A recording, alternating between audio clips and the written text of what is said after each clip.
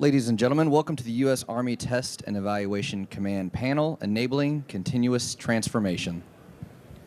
Good afternoon, everyone. I'm Pat Gaydon. I'm the commander of Army Test and Evaluation Command. We're hugely honored to be able to do a Warrior Corner for ATEC. This is a new thing for us. Two things in our intent and that we would like to interact with you all and take some questions on at the end. First, we want to talk about how we are enabling the Army's transformation effort with the test and evaluation that we're doing. I've been in the Army for over 30 years. I've been at ATEC for 3 months. The second thing we'd like to do is kind of pull back the curtain on what is test and evaluation for our Army. Because in my first 30 years, maybe it was hubris, arrogance, I thought I knew what the Army did. As soon as I got to ATEC, I realized that the learning curve was very, very steep. So I've got my experts who have been here for much longer than me. We're going to talk through some things here. First, I want to talk about two things we're very proud of at ATEC. Tuesdays ago, we turned 25 years old. In 1999, the Army they pulled the T&E, Test and Evaluation Enterprise, together under a single command. First in Alexandria, Virginia, and then about 2011 moved it to Aberdeen Proving Grounds, Maryland. And that brought together developmental testing, and we'll talk about what that is, operational testing, and evaluation, all under one roof. And the Army is unique in that we're the only service that has all of that under one roof. And I think we'll show you how you can gain efficiencies with that when you have to change. Number two, I'm really, really proud of our workforce. About 2 hours ago, I was with the Secretary of the Army at the Civilian Showcase, and they honored the top 5 places to work in the Army as voted by the civilians, and we were in the top 5. And we have just this passionate, over 90% civilian contract workforce, way more than the green suiters, so we're just very proud of that. Let me introduce my team to you. First is Chris Barrett, is our Executive Director of the Army Evaluation Center at Aberdeen Proving Ground. He's an SES. Vincent Lydiard, also an SES, is our Executive Tech Director at White Sands Missile Range, and you'll hear from both of them. And then Colonel Nate Crow is our G3 Operations Officer at Operational Test Command at Fort Cavazos, Texas. He works for Brigadier General Lucas, who's unavailable here today, but Nate's going to do a great job of talking about what operational test is. And then Brian Kelly is our CDAO, Chief Data Analytics Officer, an ST, a scientist position in ATEC, and he'll talk about our digital transformation. So with that, we're going to try to do within the time allotted 5 things. First, we're going to roll a video here in a minute so that you can visualize. It's always better if you get a quick video to kind of visualize what we're doing. Number 2, I'll pull the curtain back with a quick 101 on ATEC, who we are, what we do, what our mission is. And then really the meat of this will be pulling a thread, so to speak, on how we're doing test and evaluation differently to support the Army's transformation. So we'll pick one system. And we'll show you what system that is, and we'll talk about that. But we're doing this same process, agile process for all of the systems that are out there. And then Brian Kelly will talk about how we're transforming from a digital perspective, not for the sake of just transforming. It's about making us faster, helping Army senior leaders make better decisions. So with that, I've got a 1-minute video, if we could roll it.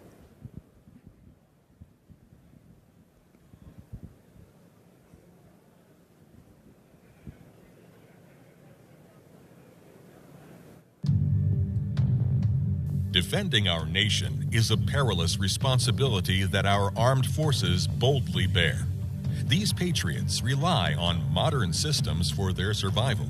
The U.S. Army Test and Evaluation Command gives our nation's heroes the confidence that their equipment will work when it counts. Headquartered at Aberdeen Proving Ground, ATEC oversees developmental test centers across the country, as well as the Operational Test Command and the Army Evaluation Center. The U.S. Army Evaluation Center designs test strategies for independent evaluations, while ATEC's Operational Test Command and Developmental Test Centers conduct the tests to inform senior leader decisions.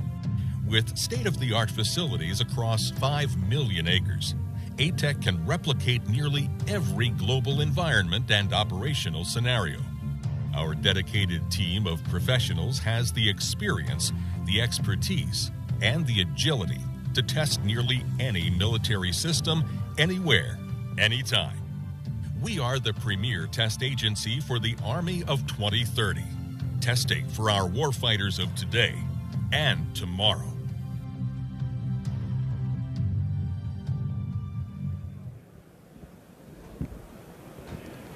Okay, and if we'll go to the first slide, I'm going to start with just the 5 W's of ATEC, and that starts with the mission statement. I know it's going to be hard to see up here on the very top of the first slide, but there's 4 parts of the mission statement. What do? We do test and evaluation, and we'll talk about that. We're in direct support to Army Futures Command. I'm an artilleryman growing up, so direct support, those support relationships I'm very comfortable with. What does that mean? Well, when we get a fire mission from multiple sources, we answer that one first. So Army Futures Command sets our priorities, and we do that to inform Army senior leader decisions. And I should have said that we support a lot of folks. We have great relationships with the acquisition community as well, but we inform Army senior leader decisions, all for a purpose statement. And this is what came out at the civilian showcase with the civilians, our civilian workforce. It's the in order to. And we help the Army make sure that we're giving the capabilities that our soldiers need to fight and win our nation's wars. We never want to send them into a fair fight, let alone being outgunned. So that's what ATEC does. So the types of testing that we do: developmental testing. Sometimes this is early on, but I'm going to talk to you about how we're breaking that paradigm. That's the technical testing. That's the hours on a road with a vehicle. It's figuring out where it fails, how lethal it is. That's the developmental technical side of the testing. Often happens at a test center. Soldiers may not be around when that's happening. It's this professional workforce that's doing that for our Army. And then there's operational testing. As systems or capabilities mature, we do operational testing with real Army units in real scenarios that they would face somewhere in the world to make sure that whatever the capability is, it performs like it's supposed to. Third thing we do is evaluate. We collect data during DT, developmental testing, OT, operational testing, and all that data goes back to Chris Barrett and all the analysts and AUSAs that he has working on their team, and take it from an unemotional perspective, analyze that data to see if a system is effective, suitable, survivable. What are the capabilities? What are the limitations across the campaign of learning for that system? And we do that unemotionally, and I would say sometimes we might say it's not suitable or it's not effective or survivable. And the unemotional part is we provide the reports to senior leaders to help them make their decisions. But sometimes if we say no to something, they still make the decision to give it to a soldier, and that might be okay if it's better than what our soldiers already have. So that's what ATEC does from a mission perspective. People, over 8,000 in our workforce, like I said, primarily a civilian workforce, passionate and passionate about the mission and the 2 aspects of the mission: our soldiers and the Army's mission, making sure that they're linked to that and they can see themselves in that mission. The video kind of showed where we are across space.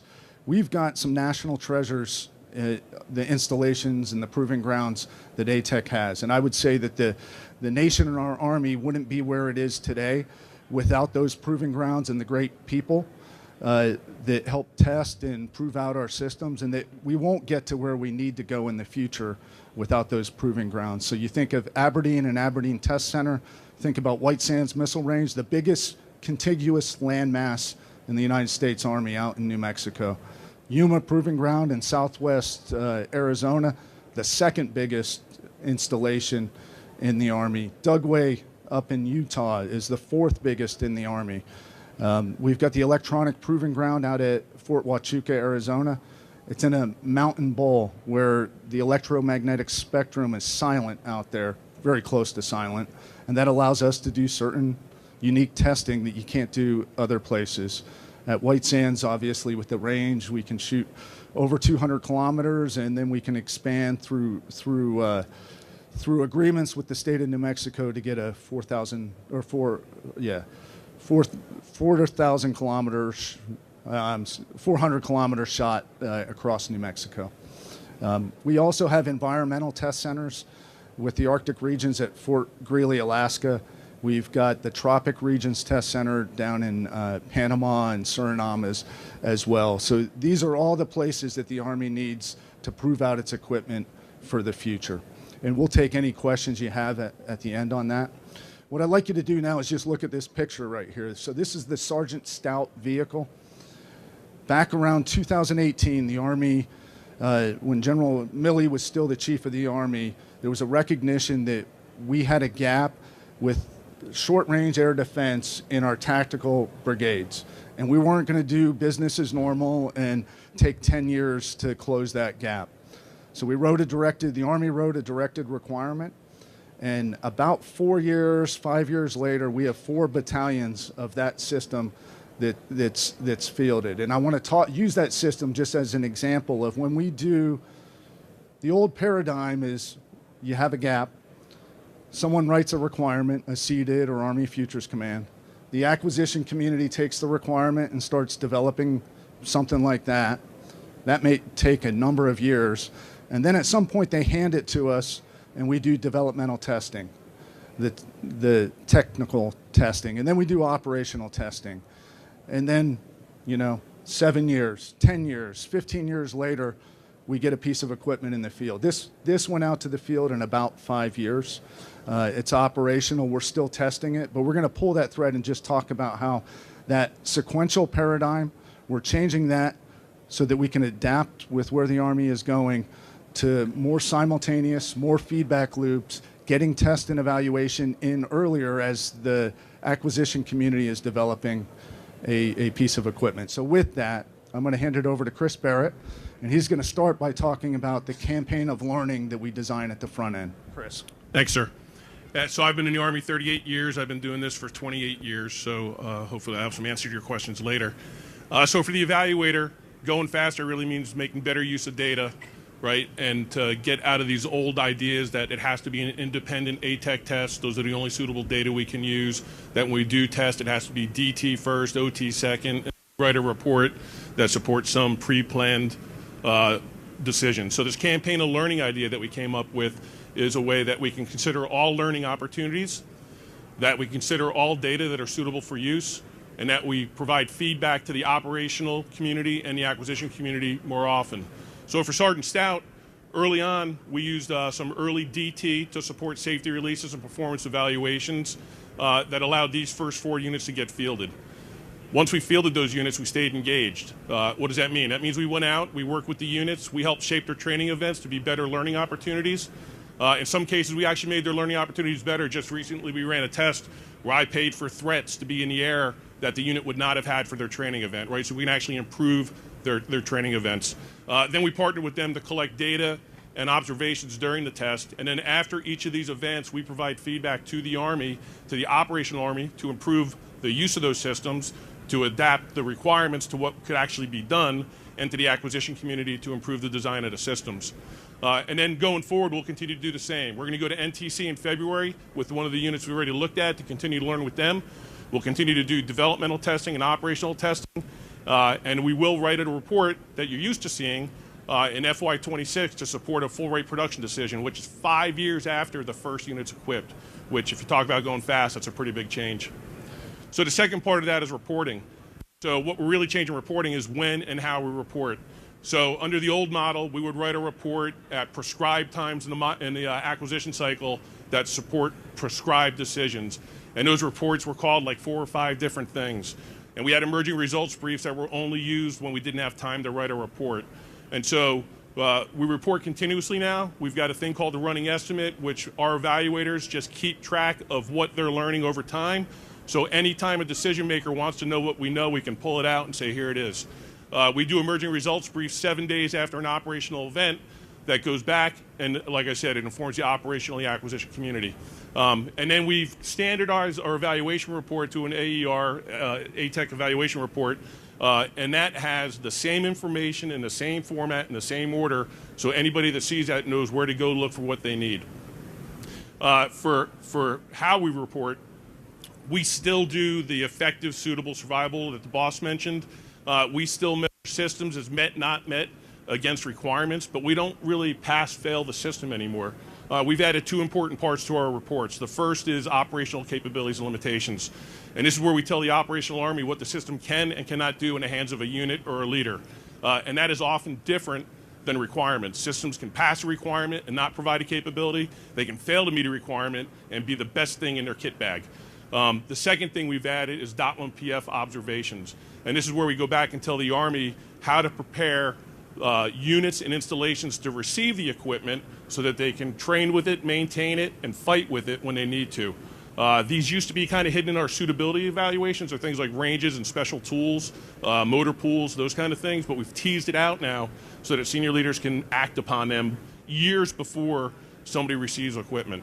So, as the boss said, we've done this for a number of other systems we can talk about. This is how we'll address all the systems and the transformation and contact. And I'm looking forward to your questions when you're done. So I'll be followed by Vincent Lydiard, White Sands. Developmental testing is a critical step in the pathway from prototype to operational capability. Developmental testing is going to assess through data the technology readiness level of any piece of equipment in a system under test. In the top right-hand corner, you see the Sergeant Stout in vehicle maneuver testing at Aberdeen Test Center. It's on a series of tracks and different elevations.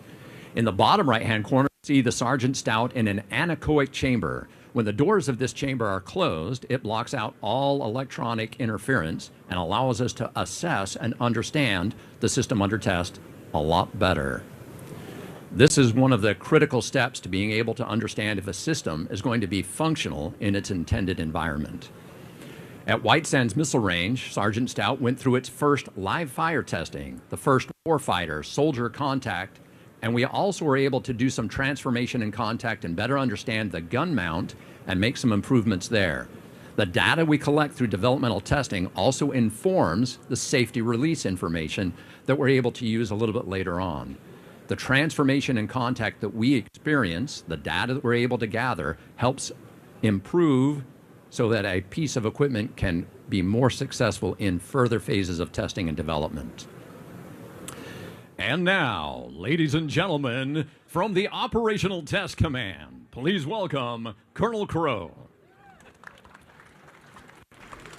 Thanks, sir. I can't beat that. So, and he may have hyped me up more than I deserve, but he definitely didn't hype up Operational Test Command more than it deserves, because there's a lot of personnel in that organization who really care about what they do and making sure soldiers get the right capabilities.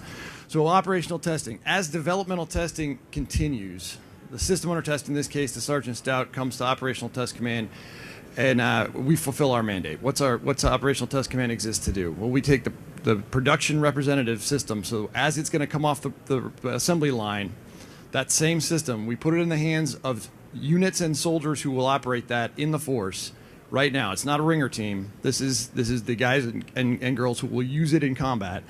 And we put them through in realistic scenarios in the field, using realistic threats to help us gather the data that we need to gather so the evaluation can be complete. All right, so we're using that developmental testing data to build our operational test campaign, our plan, and then we are sourcing that with ForceCom for a unit to execute, and then we're taking them to the field and put them through their paces. So as you might expect, a tough realistic test looks a lot like a tough realistic training event, right? So we partnered early with both 460th ADA out of 1st Armored Division and 656 ADA out of 1st Cavalry Division to nest with their planned unit training. Previously, as CG mentioned, there was a sequential manner to the testing. So unit would be trained, and we would plan and execute a bespoke operational test, and that was it, right? So it was something additional to the unit's planned training. This new paradigm allows us to fall in on the unit and their planned training events and to leverage their training events to gather data while simultaneously we make their training events better than they would have been before. You heard Mr. Barrett talk about the threat systems in the air that we provided for 656 ADA's battery collective training recently. And so we partner with those units, we make their training better, we gather the data we need while still plowing forward to the initial operational test and evaluation, which is the traditional test that we're going to execute there in the fourth quarter of FY25. Prior to that, we've gone to Fort Sill to train with 460th. At Fort Cavazos, we trained with 656 at the battery battalion collective level, and we were going to the National Training Center in FY25 with 656 ADA for two training experiences. One, a battalion collective training experience, and then the next rotation will be a battery level training event partnered with a brigade, maneuver brigade combat team, 1st Brigade, 1st Infantry Division. So this new paradigm is mutually beneficial for the testing community and for the operational force. We can fall in on a unit's planned training event to gather the data we need. We are helping unit commanders build readiness rather than consuming it. We've recently gotten FORSCOM to agree that we can partner with units in the training phase of rearm, which helps them, helps us.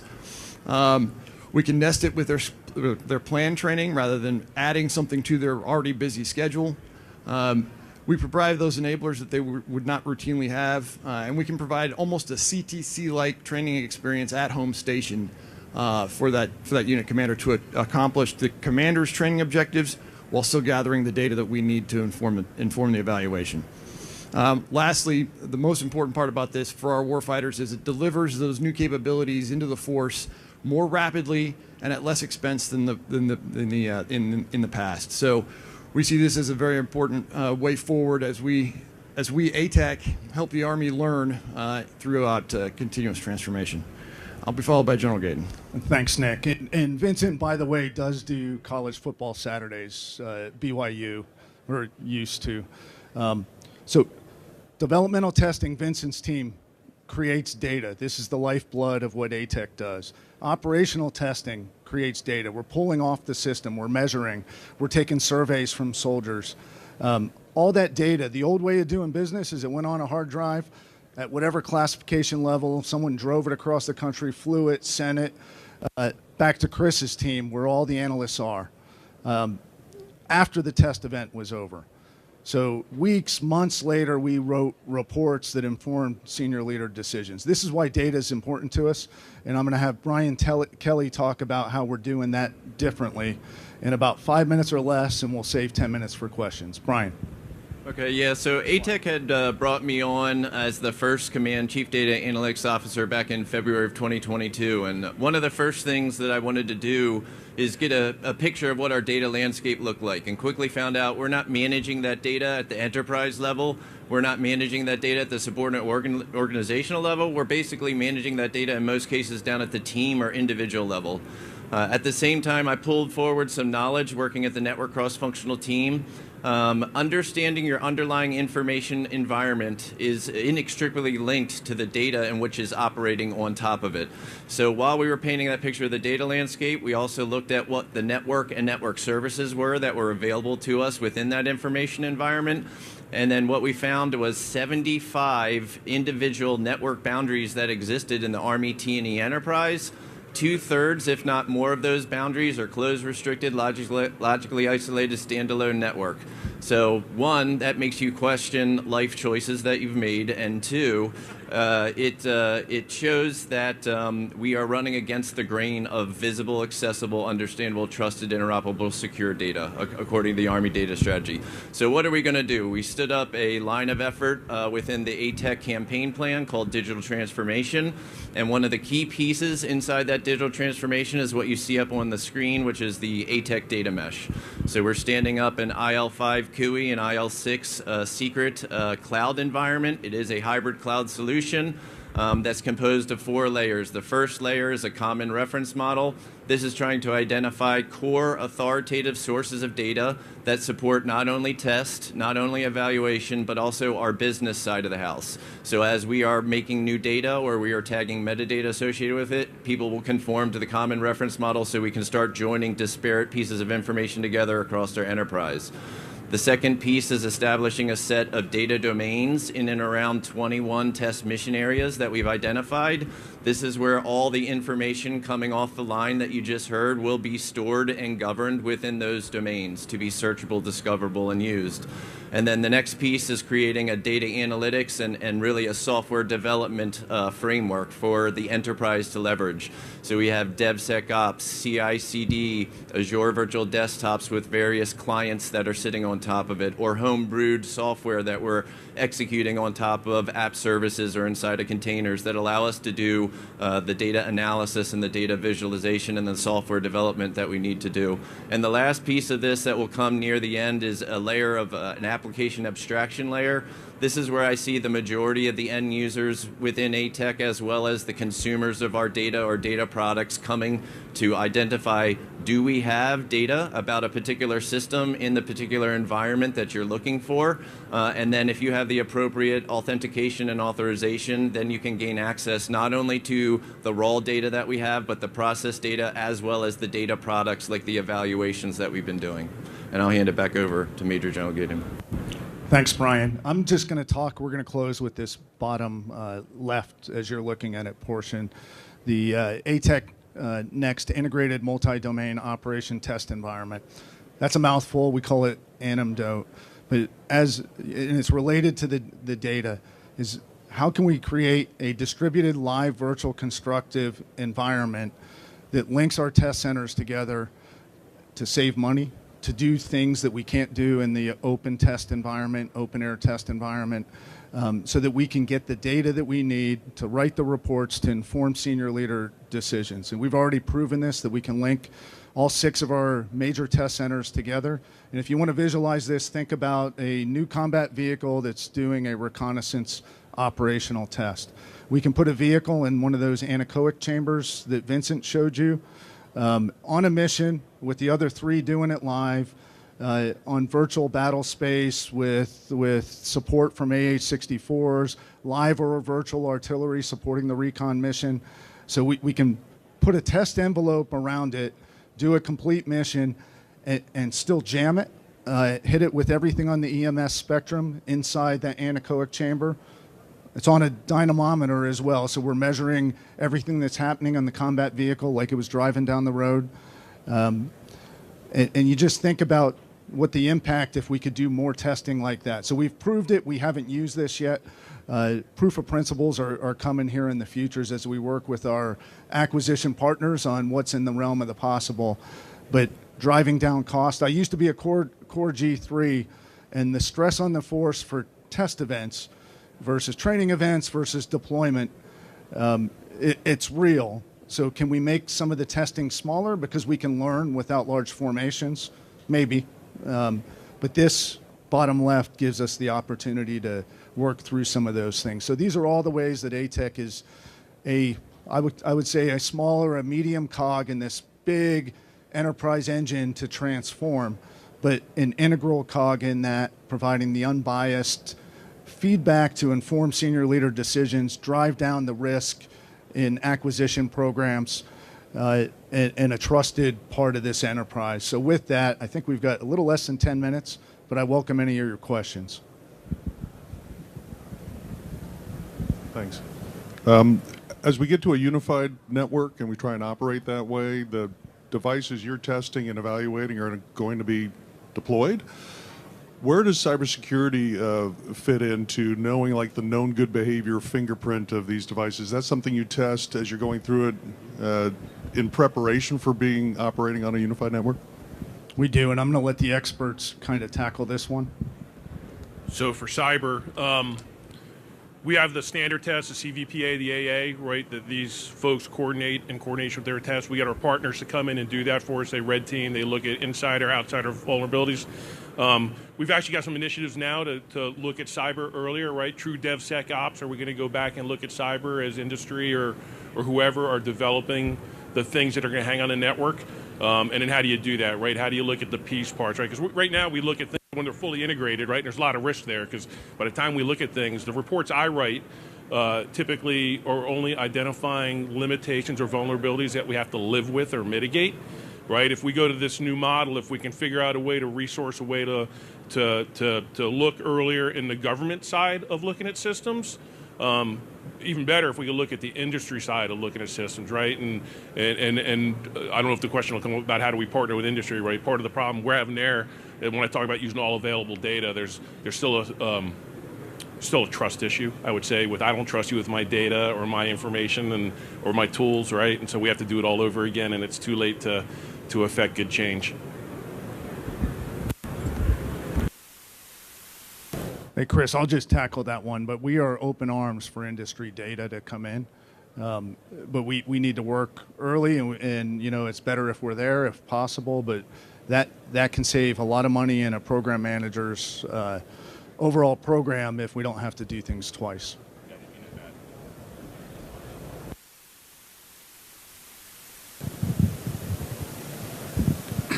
Can I be his agent for a voice coach? Because that was incredible. Greetings. I actually work for an office under the Office of Provost Marshal General known as Defense Forensics and Biometrics Agency. I'm a government civilian. My question is with the data officer. You mentioned common reference model. That's specifically within the test enclave, or is that the common reference model for the whole Army? Over. Yeah, so you're 100% correct. So I think this is a huge pattern that I'm pushing up towards echelon, saying this pattern should be followed at the Army and the DoD level. I literally just standing on the shoulders of giants, I tore apart the ATEC regulations and ATEC pamphlets. So every table, every bulleted list, every diagram that existed in those things, I put into a systems engineering architecture and then put a REST API around that. So yes, it is for the T&E domain, but if we follow that same pattern and do that at echelon, now you're talking Army and DoD common reference that needs to happen yesterday.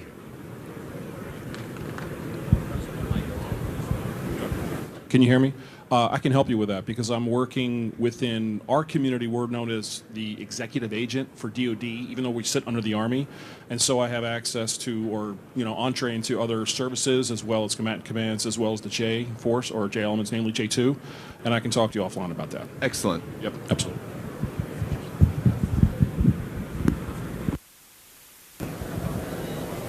Other questions? Sailor Mike Kelly over at Leonardo DRS. How are you incorporating the model-based systems engineering down to the component level and the work that you're doing in the data analytics? Thank you. So we're just starting that. So part of it is where do we get involved, right? So right now the tester, the way the old model works is the program sponsors, CFT, PM, industry, don't really come to ATEC until they need to, right? They need an independent test, they need an independent storyteller, some decision maker wants it, and so we don't get access to a lot of those early things to help use those along the way. We're kind of in the habit of getting a integrated piece of hardware, and that's what we got, right? So we're trying to shift left with industry, with the PMs and other sponsors, so that we're there. For digital engineering, we're still figuring out inside our formation how we're going to use that as part of our thing. What I've asked ASALT and the PMs, POs to do is let us be a part of their early discussions with industry, right? So for me, in an RFI, RFP, we would ask industry, what are you going to do to demonstrate performance? What data will you generate? How will you archive it? What tools will you have? We have a digital twin, whatever, right? And then help the PMs and sponsors turn that around and make it contract language so that it's deliverable, right? Back to the data, access to data thing, access to tools, access to all those. And I think this kind of goes back to part of what I said when we started, right? The trust thing. The trust is on us too, right? Because that old pass-fail mentality, we used to fail you early, right? Hey, share your early learning with us, and we say you fail, right? And so under this new model, if we can just say, hey, this is what we see, this is what works, this is what doesn't look, this is what we haven't seen yet, this is a risk associated with that, others can decide what's good enough or not, right? So, but we're very early in that. We tried it with a couple of programs. We set some pretty ambitious goals. We probably achieved some, and did not others. And the XM30's it. Yeah, that's what I was going to add. So we had a digital engineering panel upstairs, 10 to 10:45, where we talked about that. So for The 5 Pathfinder programs that are out right now, we're integrated with 2 of them. We're integrated with the FLRAA side of the house as well as XM30.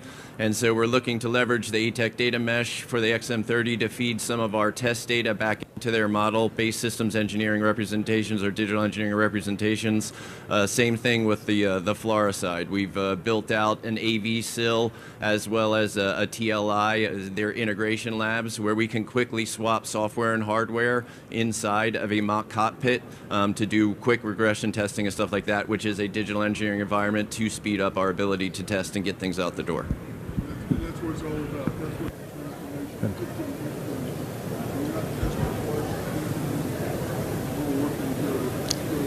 Thanks for that question. I'll just add on that, take air and missile defense as an example. Without models and sims that support the test, it's really, really hard to exercise the worst case scenarios that we would in a developmental test or an operational test.